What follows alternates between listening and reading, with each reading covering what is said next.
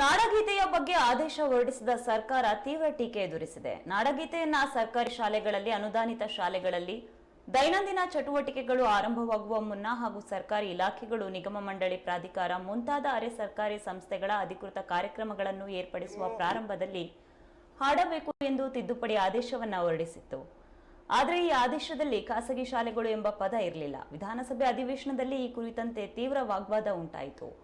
ವಿಪಕ್ಷ ನಾಯಕ ಬಿಜೆಪಿಯ ಆರ್ ಅಶೋಕ್ ಅವರು ಈ ತಿದ್ದುಪಡಿ ಆದೇಶವನ್ನ ಪ್ರಶ್ನೆ ಮಾಡಿದ್ದಾರೆ. ಈ ಸಂದರ್ಭದಲ್ಲಿ ಸಚಿವ ಶಿವರಾಜ್ ತಂಗಡಗಿ ಅವರು ಮುದ್ರಣ ಲೋಪದ ಕಾರಣ ಹೇಳಿದ್ರು. ಇದಕ್ಕೆ ಒಪ್ಪದ ವಿಪಕ್ಷ ಸದಸ್ಯರು ಸಚಿವರು ಕ್ಷಮೆ ಕೇಳಬೇಕು ಅಂತ ಪಟ್ಟು ಹಿಡಿದ್ರು.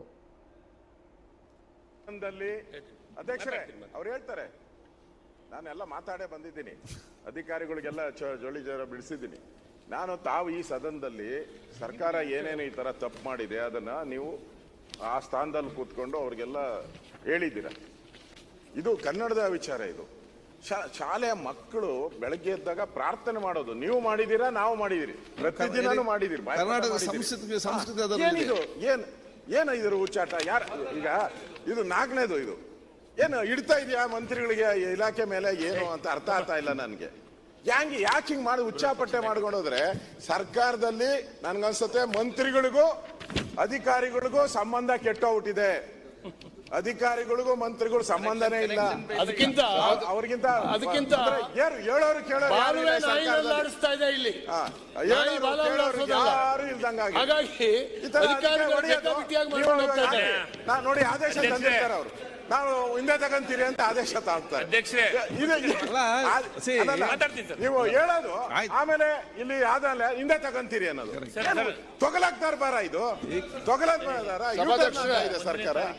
ಸಭಾಧ್ಯಕ್ಷರೇ ನೀವು ಮಾತಾಡಿ, ಆಮೇಲೆ ನೀವು ಮಾತಾಡಿ ತಪ್ಪ ಅಂತ ನೀವು ಮಾತಾಡಿ. ಅಶೋಕಣ್ಣ ಮನೆ ಸಭಾಧ್ಯಕ್ಷರೇ, ಒಂದು ಈ ಸರ್ಕಾರಕ್ಕೆ ಅಧಿಕಾರಿಗಳ ಮೇಲೆ ಲಂಗು ಲಗಾಮು ಎರಡೂ ಇಲ್ದಂತಾಗಿದೆ. ಈ ರೀತಿ ರಾಜ್ಯ ಸರ್ಕಾರ ಈ ರೀತಿ ಅವಿವೇಕತನದಿಂದ ಅಧಿಕಾರಿಗಳಿಗೆ ಆರ್ಡರ್ ಮಾಡ್ತಾರೆ ಅಂತ ಹೇಳಿದ್ರೆ ಖಂಡಿತ ಸರ್ಕಾರ ಬಹಳ ಗಂಭೀರ ಸರ್ಕಾರ ಕ್ಷಮೆ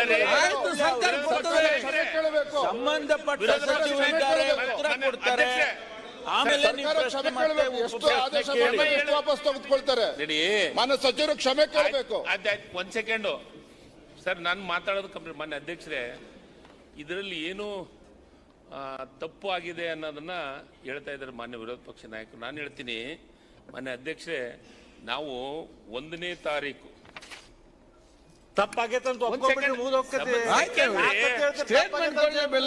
ಅಲ್ಲ ಮಾನ್ಯ, ಈಗ ಉತ್ತರ ಕೇಳಿ ತೃಪ್ತಿ ಆಗಿಲ್ಲ ಅಂದ್ರೆ ಮತ್ತೆ ಕೇಳಿ ಹೇಳ್ತೀವಿ.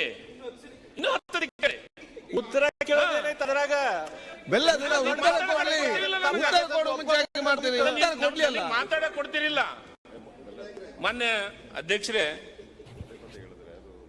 ಎಲ್ಲ ಶಾಲೆಗಳ ನಾಡಗೀತೆಯನ್ನು ದೈನಂದಿನ ಚಟುವಟಿಕೆಗಳು ಆರಂಭವಾಗುವ ಮುನ್ನ ಹಾಗೂ ಸರ್ಕಾರದ ಇಲಾಖೆಗಳು ಹಾಗೂ ನಿಗಮ ಮಂಡಳಿ, ಪ್ರಾಧಿಕಾರ ಮುಂತಾದ ಅರೆ ಸರ್ಕಾರಿ ಸಂಸ್ಥೆಗಳ ಅಧಿಕೃತ ಕಾರ್ಯಕ್ರಮ ಏರ್ಪಡಿಸುವ ಸಮಾರಂಭದಲ್ಲಿ ಹಾಡುವುದು ಎಂದು 1-2 ತಿಂಗಳ 2024 ಇದು ಆದೇಶ ಇತ್ತು.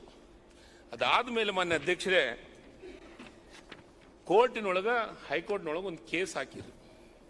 ಕೇಳಿ ಸರ್, ಯಾಕೆ ಕೋರ್ಟ್ನೊಳಗೆ ಒಂದು ಕೇಸ್ ಹಾಕಿದ್ರು. ಯಾರು ಕಿಕ್ಕೇರಿ ಕೃಷ್ಣಮೂರ್ತಿ ಅನ್ನೋರು ಒಂದು ಕೇಸ ನಾಡಗೀತೆಯನ್ನ ಈ ಸದ್ಯ ಮೈಸೂರದ ಅನಂತ ಸ್ವಾಮಿಯವರ ದಾಟಿ ಒಳಗೆ ನಾವು ಇವತ್ತು ನಾಡಗೀತೆಯನ್ನು ಆಡ್ತಾ ಇದ್ದೀವಿ. ಅದನ್ನೇ ಬೇಡ, ಅಶ್ವತ್ಥ ಅವರ ದಾಟಿ ಒಳಗೆ ಆಡಿ ಅಂತ ಕೋರ್ಟ್ನೊಳಗೆ ಒಂದು ಕೇಸ್ ಹಾಕಿದ್ರು ಮಾನ್ಯ ಅಧ್ಯಕ್ಷರೇ. ಆ ಕೋರ್ಟ್ನೊಳಗೆ ಕೇಸ್ ಹಾಕಿದೊಳಗ ಅಲ್ಲಿಯ ವಕೀಲರು ಎಲ್ಲ ಶಾಲೆಗಳು ಅಂದ್ರೆ ಏನು ಅಂತ ಕೇಳಿದರು. ಕೇಳಿದ್ದಕ್ಕೆ ಇವರು ಎಲ್ಲ ಶಾಲೆಗಳು ಅಂತ ಅದನ್ನ ಎಲ್ಲ ಅನುದಾನಿತ, ಅನುದಾನ ರಹಿತ ಅಂತ ಎಲ್ಲ ಮಾಡಿದ್ರು. ಆದರೆ ಖಾಸಗಿ ಶಾಲೆ ಅಂತ ಹಾಕಿಲ್ಲ. ಅವರ ಸರ್ ಒಂದ್ ಸೆಕೆಂಡ್ ಅದನ್ನೇ ಸರ್, ಈಗ ಅದನ್ನ ಓದ್ಕೊಂಡ್ಬಿಟ್ರೆ ಗೊತ್ತಾಗ್ಬಿಡ್ತೈತೆ. ನೀವು ಓದಿ ಸರ್, ನೀವು ಓದಿ. ಒಂದ್ ಸೆಕೆಂಡ್. ಈಗ ಹಿಂದಿನ ಆದೇಶನೂ ಇದೆ, ಮುಂದಿನ ಆದೇಶನೂ ಇದ್ರೆ ಅದಕ್ಕೆ ನಿಮ್ಗೆ ಕ್ಲಾರಿಫಿಕೇಶನ್ ಮಾಡೋ ಸಲುವಾಗಿ ಮತ್ತೊಂದನ್ನು ಮಾಡ್ಕೇಸ್ ಕೊಟ್ಟಿದ್ದೀನಿ. ಈಗ ಅದು ಕಳಿಸಿದ್ದೀನಿ ಅವ್ರ ಹತ್ರ. ಈಗ ಶಾಲೆಯಲ್ಲಿ ಸರ್ಕಾರದೊಳಗ ವಿತ್ ಕ್ಲಾರಿಫಿಕೇಶನ್ ಶಾಲೆಯಲ್ಲಿ ಏನು ಅಧಿಕೃತ ಲಿಸ್ಟ್ಗಳನ್ನು ಏನು ಪರ್ಮಿಷನ್ ಕೊಟ್ಟಂತ ಶಾಲೆಗಳನ್ನು ಸೇರಿ ಅಂತ ಇದೆ. ಅಂದ್ರೆ ಎಲ್ಲಾ ಶಾಲೆಗಳು ಬಂದವಲ್ಲ. ರೆಕ್ಟಿಫೈ ಮಾಡಿದಿರಿ ಸ್ವಾಮಿ, ನಿಮ್ಗೆ ನಿಮ್ಮ ಇಲಾಖೆಯವರು ಬಹಳ ಚೆನ್ನಾಗಿ ಈ ರೀತಿ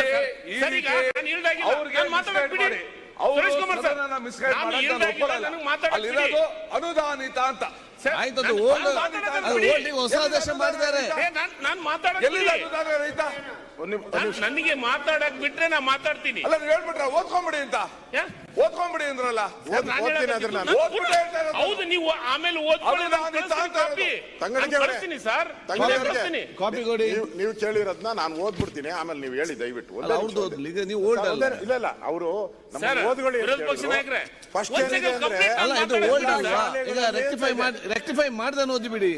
ಸರ್ ನಾನು ರೆಕ್ಟಿಫೈ ಮಾಡಿದಾರಲ್ಲ. ಹಂಗಾರೆ ಅವರು ತಪ್ಪು ಮಾಡ್ತಾ ಇರ್ಬೋದು. ಕನ್ನಡ ನಿಮ್ ಕಾಲದಾಗ ಹೆಂಗಿತ್ತು, ಕನ್ನಡ ಸಂಸ್ಕೃತಿ ಹೆಂಗಿತ್ತು ಅಂತ ಎಲ್ಲ ಗೊತ್ತಿದೆ ನನಗೆ. ನೀವು ಅದಕ್ಕೆ ಆಗಿದೆಯಲ್ಲ ಈಗ. ನೀವು ಪ್ರಶಸ್ತಿ ಕೊಡ್ಲಾರ್ದಾಗಿದ್ರೆ ನಾವು ಕೊಟ್ಟಿದ್ದೀವಿ. ಅದನ್ನೆಲ್ಲ ಮಾತಾಡೋದು ಬೇಡ. ಕನ್ನಡ ಮತ್ತು ಸಂಸ್ಕೃತಿ ಸಚಿವರೇ ನೀವು ಪ್ರಶಸ್ತಿಗಳನ್ನ ಅದನ್ನೆಲ್ಲ ನಾನೆಲ್ಲ ಹೇಳೋದು ಬೇಡ. ಸಮಾಧಾನ, ತಾಳ್ಮೆ. ನೀವು ಮಂತ್ರಿ